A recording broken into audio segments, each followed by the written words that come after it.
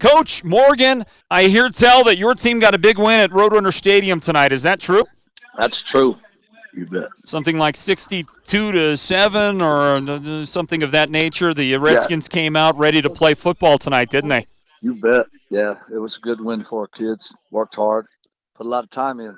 10 weeks, and My two goodness. games. So Yeah. it's good to have a game. Well, Coach, more than even that right now is that I just want to send out my heartfelt congratulations and say that I couldn't be happier for anybody. I think you are the most deserving guy that I know to get what you got tonight, which is the all-time record for wins as a head coach in Arizona history. You're the all-time winningest coach at the high school level in this state. Your team wins. You get your 337th win. Coach, congratulations on getting to an amazing, amazing benchmark in your life.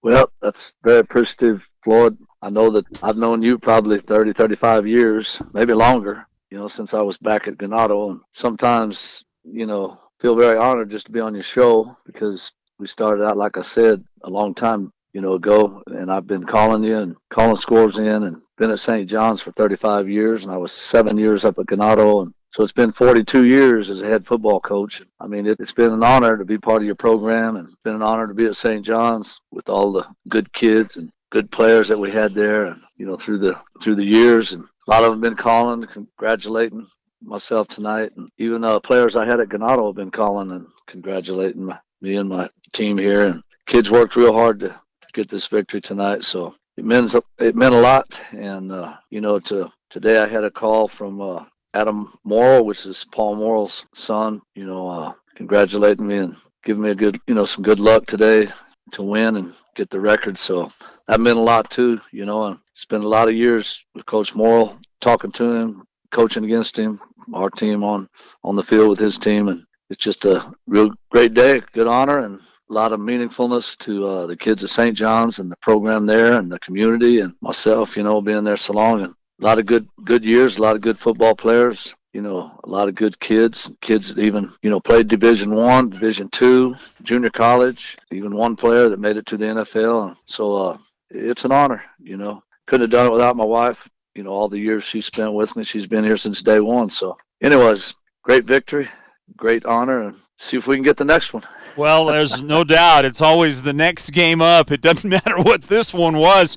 People win championships and they start talking about the next season almost before they have a chance to finish celebrating the championship. Coach, as you look back over these many years, you look back over, as you said, 42 years of being a head coach in this state. Was there ever a time, when was the time when you realized that, you might get to that pinnacle? You might actually become the winningest coach ever. When did that happen? When did this start to become a thing? It actually came about 2014 when I retired, the first time. I thought about it.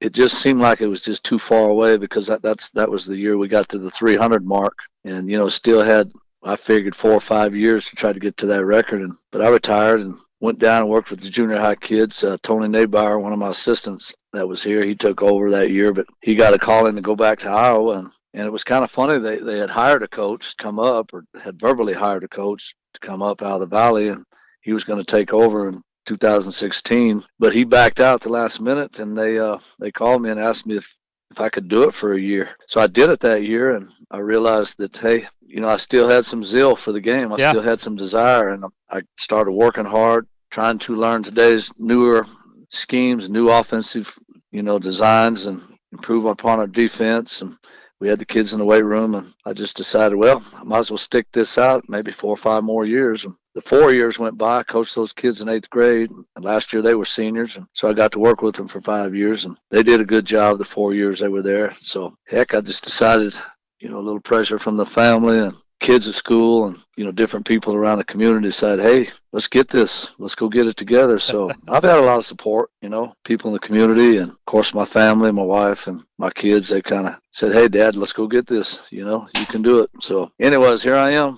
It's a done deal, and now we'll move forward, I guess. It's got to be so satisfying and also relieving, right? Look, Coach, just a big relief to have this one done and you just move on and you take care of business from this point on, right? You bet. You bet. That's our goal, is to get after it and try to win some more games and see how far we can get into the playoffs. And who knows what's out there, right? That's right. Yeah. I mean, the sky's always the limit. Coach, as you do look back on everything that's transpired, going back to, let's just say, okay, 42 years of coaching. How about we go back 40 years ago? You're a young coach in Arizona. There are probably guys like Carl Kiefer and coaches like that you looked up to at the time. What made you the coach you are today? Well, I tell you, I think a lot of it, like you say, I come from a high school where sports was important. I had a good football coach, several good football coaches. I got into college on an athletic scholarship, through the sport of track, and met a lot of good coaches, a lot of good people that taught me a lot about, motivating and inspiring young people, which helped a lot. And then coached at Apache Junction with Leon Trotter out there and Cy Henry. That's been 43, 42 years ago. That's where I met my wife at the same time, and decided to take a head football job way up north on the reservation. And probably one of the best moves I ever made financially, as well as, in the coaching aspect, because I went there and there was an athletic director there named Leonard Dunn. Leonard was a football coach for years in Texas and in Arizona. And man, I badgered him every day. We talked football at lunch and after school, and he'd come out and help me with the kids and in the weight room, and just learned a lot about motivating and learning how to teach. Back then it was the run and shoot offense. Mouse Davis, he was very good at that. The Delaware wing T, started learning some of that. 1985, Russ Seymour, we got him out of Oklahoma, and he come out and coached at Ganado with me, with him and Jake Reichenberger, and he was a wishbone guy, so learned a lot from him. And also taught Workman there at Round Valley. Went to a lot of his camps and clinics, and we talked football. Jesse Parker was there. There were several good Thurman Simmons from Tolleson. A lot of great coaches, Ben Arredondo at Mesa. Like I said, Leon Trotter. There's Larry Delvers at Coolidge. Just watching these guys and talking to them and going to clinics and camps and just picking up little things. It's just like every day, every time you went to a clinic or a client, got on the phone and talked to one of the great coaches, they'd tell you little things that stuck with you. And I just really owe a lot of that, what I've become through the years, all those great people that I've got to work with and talk football with and spend time with. I had a coach at St. John's here with me, Joe Garcia. It was 32 years. We spent a lot of time together, going up to Utah State to football camp every summer with our kids. And there was great coaches up there. Jim Zorn, quarterback coach, Charlie Weatherby. I'm just thinking all the coaches that were there that we learned from. And we'd spend a week up there every summer with our team and our kids and their coaches, and several coaches all over Utah, Arizona, New Mexico, California, learning and putting things out. And just being in that environment constantly has helped me become the coach I am today. So it's nothing that I've done really so much as I'm a copycat. I anything that I've got I've got it from somebody else. So anyways, but along those lines, I had a lot of good support, like I said, from my family, my wife, and people there at St. John's, and kids working hard. So it's been an endeavor, but a lot of people involved and a lot of things involved, and just been great to be part of. How much of a debt of gratitude is there to you mentioned the parents and the people, but that community in St. John's that produces a certain type of kid. It's that White Mountains type of kid that we've always talked about and people have always kind of held up in high regard from around the rest of the state. These kids that just come to work, they work so hard. In general terms, they have such a great attitude about being a part of the team and participating in the right way. We get great kids here on the mountain, and over in St. John's, those kids are special, aren't they? They are, definitely. You hit the nail on the head. Just come from good, hardworking families, third, fourth, fifth generations of people that settled in these areas, and they know how to work, they know how to love and respect and dignify people, and they know how to work together, and they all have meaning in their lives, and they live good lives, and they demand a lot from their kids. So I've come in and been lucky in many ways, because I'm thinking about the families that had 6, 7, 8 boys. St. John's there 35 years, just several families. I'm thinking of the Lamsons, the Pattersons, the Heaps, the Bells. I mean, the list goes on and on. And just sitting here thinking about it today, some of the great kids that have played there and went on. And, many of them are doctors and lawyers and school teachers. And, some of them, I was even thinking about how many coaches that are coaching football now that I've coached through the years, and they're at different schools and different places. And I was thinking of one the other day. He was in charge of the Little League program in Gilbert Mesa. And had several hundred kids playing. He was a football player of mine years back that's down there now and doing that, and just families and kids and good work ethic and know how to win. Coach, you leave a tremendous legacy, and the impact you've had on the lives of those young men and the names that you've mentioned will live on way beyond your days, and that is a special thing to leave a legacy like that, Coach Morgan.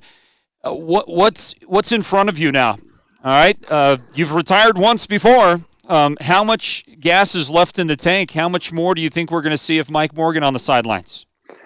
Well, I'm just going to take the rest of this season and play it out and see what happens, and win as much as we can. And who knows what's going to be there in the end. And when the season's over, I'll spend some time with my grandkids and my kids and talk about it. And who knows what's going to happen. I've got a brother. I've tried to get him to coach with me a few times. He's been out of it a while.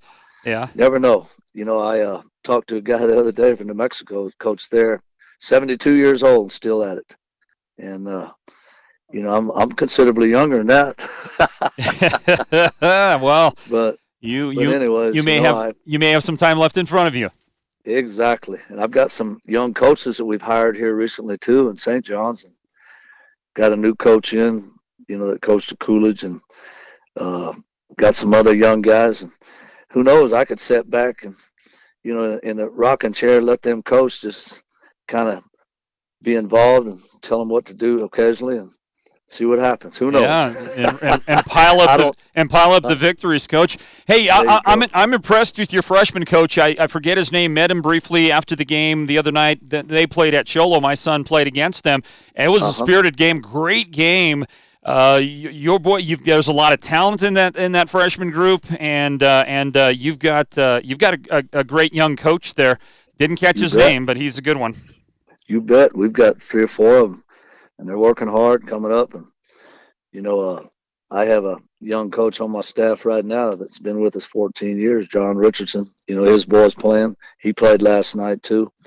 We've got a lot of good young coaches, and they've been at it a while. They're learning the game and getting better at it. And, this year I've got some ex-players. Got Ryan Patterson and Dr. Adam Patterson coaching. John Richardson. I got a couple new coaches. Got Chris Irvin that was down at Casa Grande and Coolidge with Larry Delbridge, which I told you about a little earlier. He was a coach and a player there at Coolidge for years, and I got to play him a few times and learn a lot about football just talking to him. So, anyways, there's a good future. I mean, we're smaller than we've been. The numbers have dropped some, but the work ethic and attitude, everything is still there. So, hey, we'll see what happens. Coach, 337 career victories for you and 6 state championships.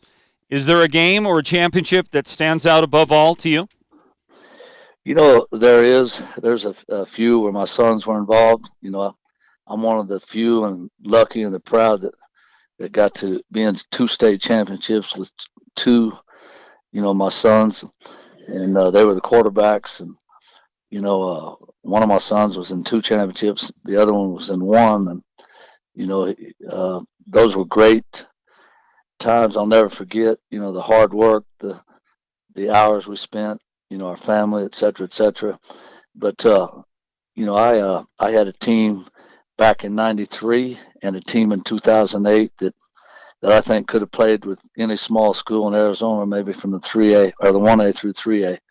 And those teams were special because it was just so much talent and so easy to coach because they just knew how to win and wanted to win and would do anything to win. And such a pleasure to coach those kind of kids because, a lot of it was just steering them down the right path. So, yeah, a lot of good things, man. I can't think back and tell you how many great wins we had through the years. And you'd say it doesn't get any better than this, and then 2 or 3 years later, another one come along and mean just the same. But yeah, there's just so many great times, so many great victories. so many great stories to tell. It's funny. I get with a lot of the players and we talk about it, but hey, a lot of great times. Coach Mike Morgan, it's an honor for me to call you a friend, and it is. I can't express the level of appreciation and gratitude I have for you and participating in what we've been able to do at Sports on Radio and being a part of the Friday Night Football Show. The Friday Night Football Show isn't what it is without the coaches, and nobody has been more faithful, loyal, and willing to participate and give the fans that firsthand account and share the highlights and talk about these kids and build them up. I think that football has been so big in this region because of the participation of the coaches in our program. I'm very proud of our program. But, again, the program doesn't exist without the coaches, without you and every other coach that's come along. But you've been there from the beginning, and I can't say thank you enough. And I'm glad that we've been able to experience your ride with you as well. And congratulations, Coach. Thank you very much, Floyd. It means a lot because your program's, I think, is the best football program in high school in Arizona. And I've heard a lot of people say that, and I've been honored. So lucky to be a part of it, know you and your family, and the great Friday Night Football Show you put on. Again, thanks a million. You got it, Coach. You got it. Proud of you. Proud of you. Enjoy this. This is something big, something huge, and can't wait to see you and be able to shake your hand and give you a hug in person, Coach, and share in your accomplishment. So congratulations. Thank you very much, Floyd. Love you, man. You got it. Love you too, Coach. Knowing you. You bet. You bet. Mike Morgan, the head coach of the St. John's Redskins.